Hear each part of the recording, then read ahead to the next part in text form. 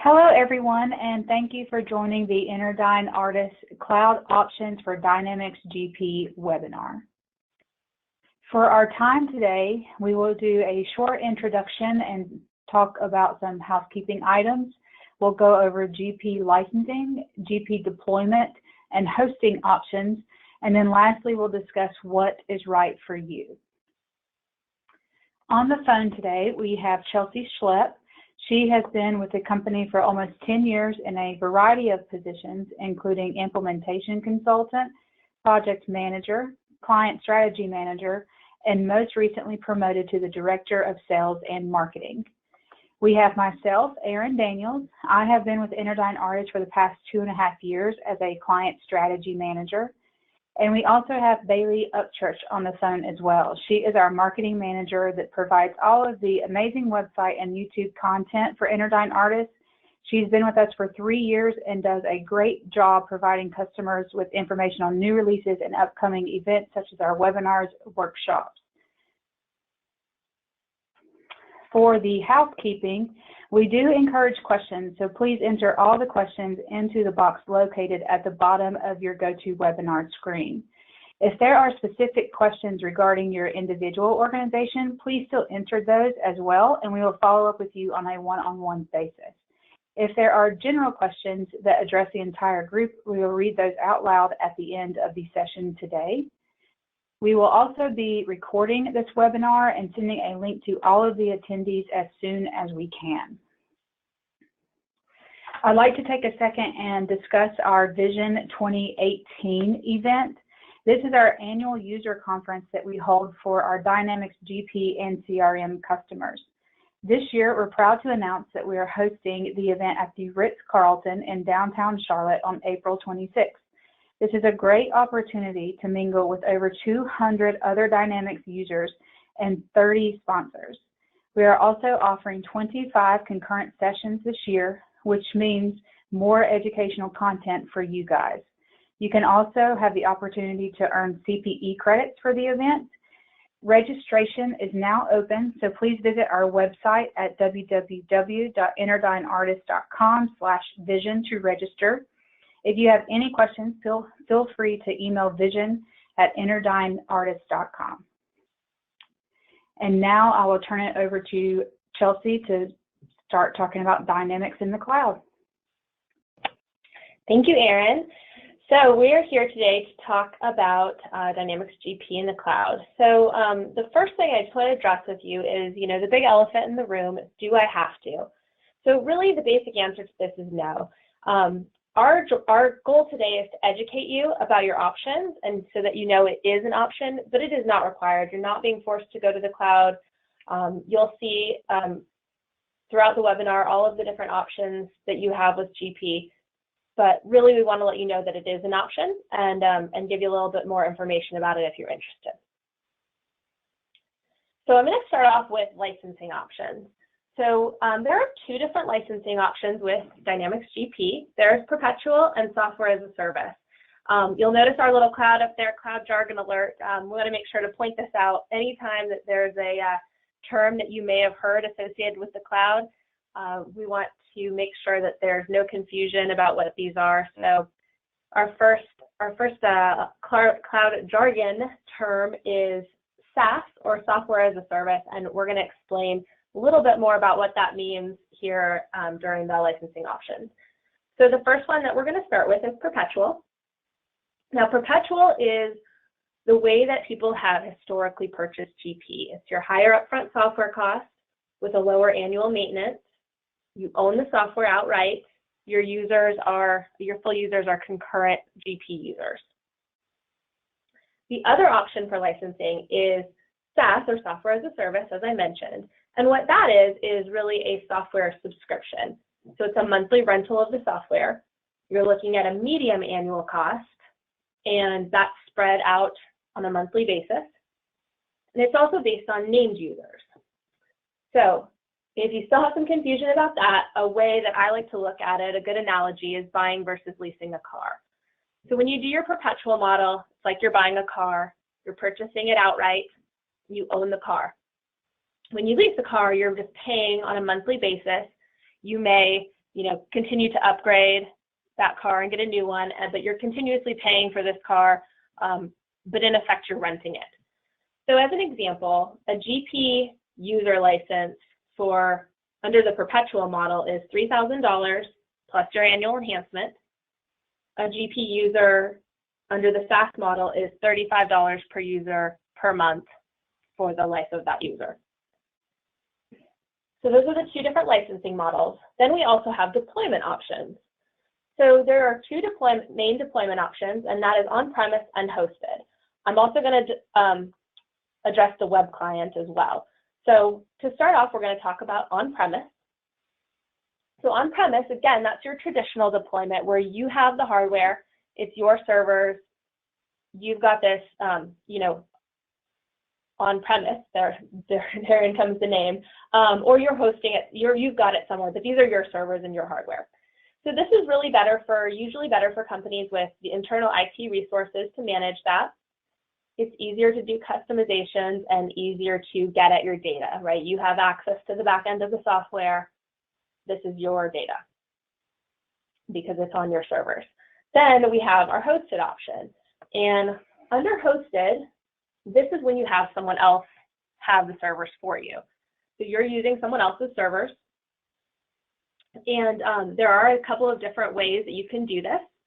And that's either private cloud or public cloud. And just to explain a little bit about what that means, a private cloud would be a situation where someone's hosting this for you on your own server. And a public cloud is where the multi-tenancy of GP comes in, and they can be hosting your instance of GP along with other companies. So they're able to combine resources and have you on the same server as another company. But again, that is going to limit your access to SQL, back into the software, some of the administrative functions. So a lot of times we see that with companies that have smaller IT departments, or they want their internal IT to be able to focus on other areas. There are several different ways that you can access GP in this scenario. Now, what about the web client? So the web client is not really a deployment option. It's a common misconception that it is, but really what it is an install option. So it's not truly the cloud. You can mix and match. So you can have clients that are heavier users of GP using a desktop installation, whereas you can have your lighter users using the web client. So most modules are available in the web client at this point. Really all of the main ones. There's some smaller ones that they're still rolling out. And there are limitations for certain job roles, which is why I mentioned having the heavier duty users using the desktop install. So for example, things like Integration Manager, if your AP team is using Macorma Micker to cut your AP checks, those things aren't available yet in the web client. So there's definitely conversations to be had of who can go to the web client, but it is a good deployment option, install option for things such as requisitioners, people that are just entering requisitions, or employee self-service, or people that are just doing really light accounting. So as far as hosting options, there are a few different ways you can get GP hosted. So on the left side, you'll see hosting plus managed services. So a lot of your hosting providers will also provide what we call managed services, and that'll be services to go along with your GP installation. So managing your backups or even doing upgrades and including those in your hosting cost. A couple of different options for hosting with managed services. Microsoft Azure, that is Microsoft Cloud, and you can be hosted in Azure. Interdyne Artist does do some hosting in Azure for clients. You can also go with a third-party hosting provider, and that would be a private, it would be their own cloud. It wouldn't necessarily be a private cloud. It could be private or public. They have both options, but that's their own cloud that they are hosting in. And then there's just a purely hosted environment where you could just have your stuff hosted in a data center where you wouldn't be looking at managed services. So next is, I think, really to figure out what is right for you. And I'm going to go ahead and turn it over to Erin, and she's going to talk you through the scenarios to figure out what would be best for your organization. Okay, great. Thank you, Chelsea. We really have 4 different options for you. They are perpetual and on-premise, perpetual and hosted, software as a service and on-premise, and then software as a service and hosted. The first one I'm going to talk about is perpetual and on-premise. As Chelsea mentioned, perpetual is when you pay for your GP licenses up front and then an annual enhancement fee. This is the example she used of buying a car, where you own the software and have the right to the latest releases, updates, and features. Perpetual licenses are typically deployed in traditional methods. These are for companies that have an existing information technology infrastructure, which includes owning and having licenses for the server where GP resides. Your company will also need to have an IT staff, which can be helpful for when you have downtime, customizations, disaster recovery, etc.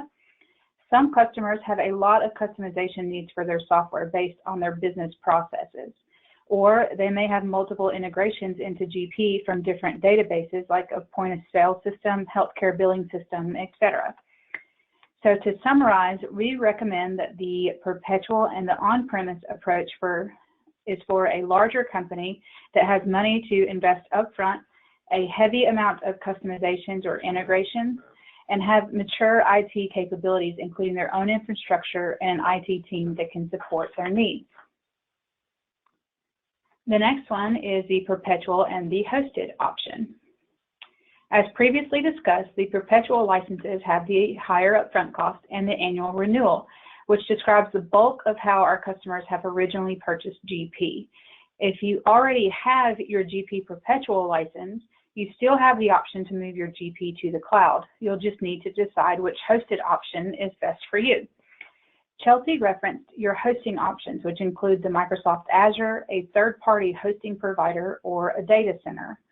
We recommend this approach for customers who have already invested in their software license, but may have aging IT infrastructure or want their IT department to focus on more critical tasks outside of things like server maintenance.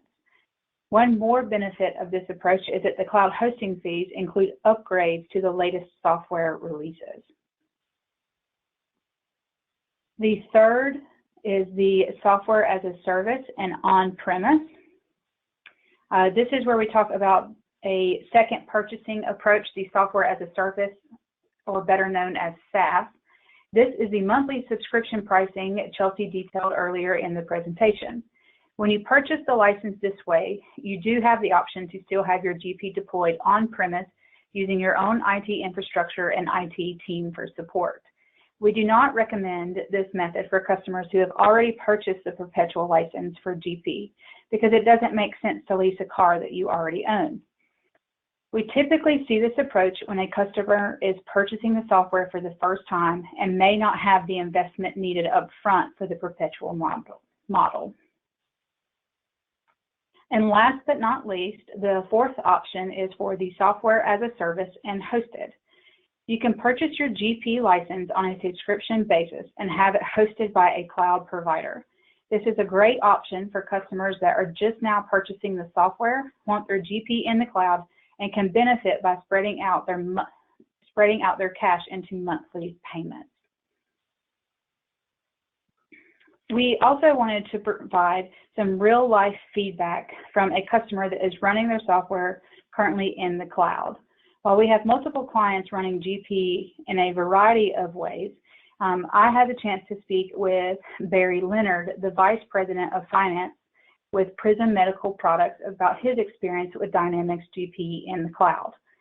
Prism Medical Products is located in downtown Elkin, North Carolina, near Stone Mountain, for those of you familiar with the area. Chris founded the company in 2006 and wanted to become the go-to medical supply store.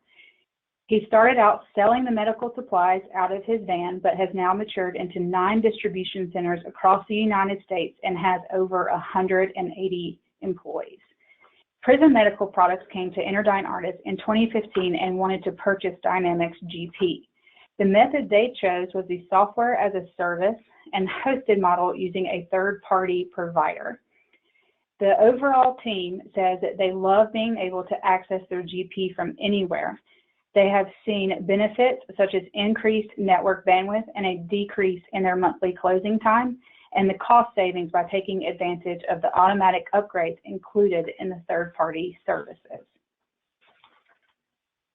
All right, and I'll turn it over to Chelsea to see if we have any questions.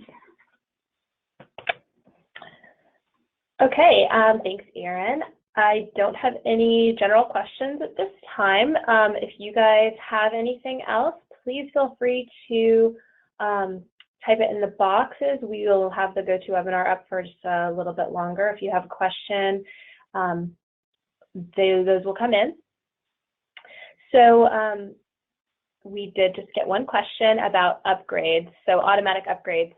So what that means is once you're on a supported version within the hosted environment, and a lot of times for the hosting providers, they require you to be on one of the last two versions because they're generally moving you into a shared cloud environment or a public cloud. So if you're on one of those versions where they can kind of adopt you into the cloud environment, then yes, your upgrades would be included in the cost of your hosting fee. So you would not be paying the services for your upgrades going forward. So hopefully that answers that question. And again, if you have any other questions, so feel free to, again, let us know what they are. Our contact information is up on the screen now. We're happy to help with anything that you may have come up. We'll leave it up for a few minutes, and we will be able to answer anything that you have. We'd love to help you get anything answered that you'd like to get you up and running on the cloud if you're interested, or get you more information about how to do that.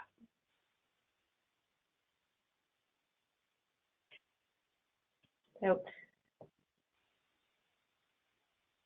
right, we thank you all for your time today, and we will be sending out this recording of the webinar as soon as we have it available. Thank you.